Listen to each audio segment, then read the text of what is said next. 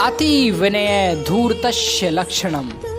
जब कोई व्यक्ति अचानक से अपने व्यवहार में आपके प्रति परिवर्तन कर ले, जो व्यक्ति आपसे अब तक घृणा करना था, अचानक से वो प्रेम प्रदर्शित करने लग जाए, जो व्यक्ति आपसे प्रेम करता था अचानक से वो आपसे मुंह मोड़ने लग जाए, तो समझ जाइए कि कुछ ना कुछ ऐसा अवश्य है जो आपसे छुपा हुआ है।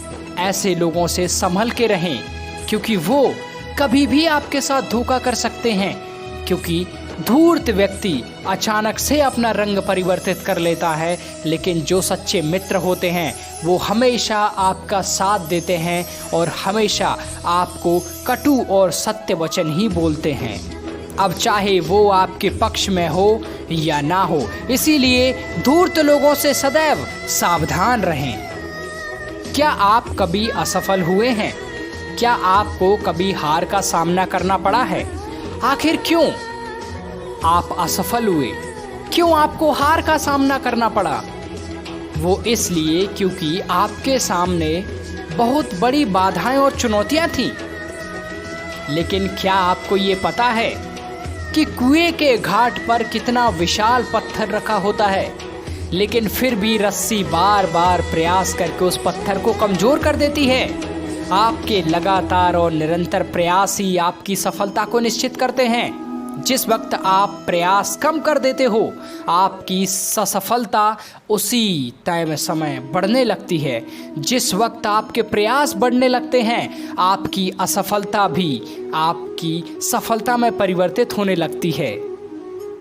केवल प्रयासों का ही मुख्य उद्देश्य है कि आप जैसे प्रयासों को चुनेंगे, जितने प्रयास करेंगे वही आपकी सफलता को निर्धारित करेगा। जब हम कुछ नया कार्य करने के बारे में सोचते हैं तो हमें शंका महसूस होने लगती है कि हम इसे कर पाएंगे या नहीं, हम सफल होंगे या नहीं।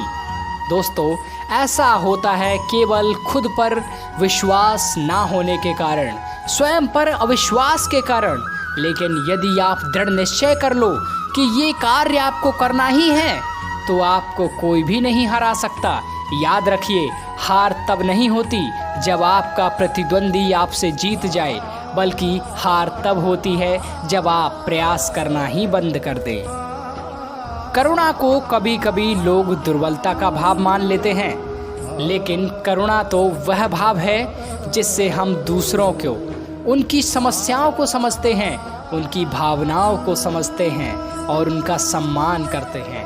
करुणा दया और क्षमा नहीं है, बल्कि करुणा तो संपूर्ण मानव जाति का आधार है, जो एक मनुष्य को मनुष्य बनाती है। मित्रों, परिवर्तन संसार का नियम है। हम सदैव चाहते हैं कि हम जैसे हैं वैसे ही रहें और लोग हमारे साथ जैसा व्यवहार करते हैं सदैव वैसा ही करते रहें।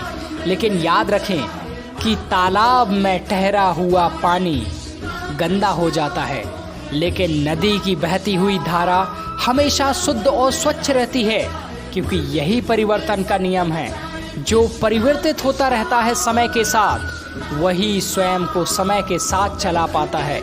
जो व्यक्ति समय के साथ स्वयं को परिवर्तित नहीं कर पाता, वो विनाश की ओर अग्रसर होता है। क्या आपने कभी सोचा है कि मेहंदी का पत्ता हरा होने के बाद भी वो गहरा लाल कैसे बन जाता है? एक कोयला हीरा कैसे बन जाता है? और सोना इतना खरा और चमकदार कैसे हो जाता है? मित्रों, ये है कष्ट। जो जितना कष्ट सहेगा उतना ही विशेष बनेगा। मेहंदी को पीसा जाता है, पत्थर पर रगड़ा जाता है, तभी वो इतने प्रयासों के बाद लाल रंग छोड़ती है। एक कोयला जमीन के भीतर बहुत ताप सहता है, बहुत वजन सहता है, बहुत कष्ट सहता है, तब वो चमकदार हीरा बनता है। सोना अग्नि में जितना तपता है वो उतना ही प्रखर निखरता है, क्योंकि व्यक्ति का व्यक्तित्व भी जितना कष्ट सहन करेगा उतना ही खरा होगा, उतना ही उसका व्यक्तित्व विशेष बनेगा।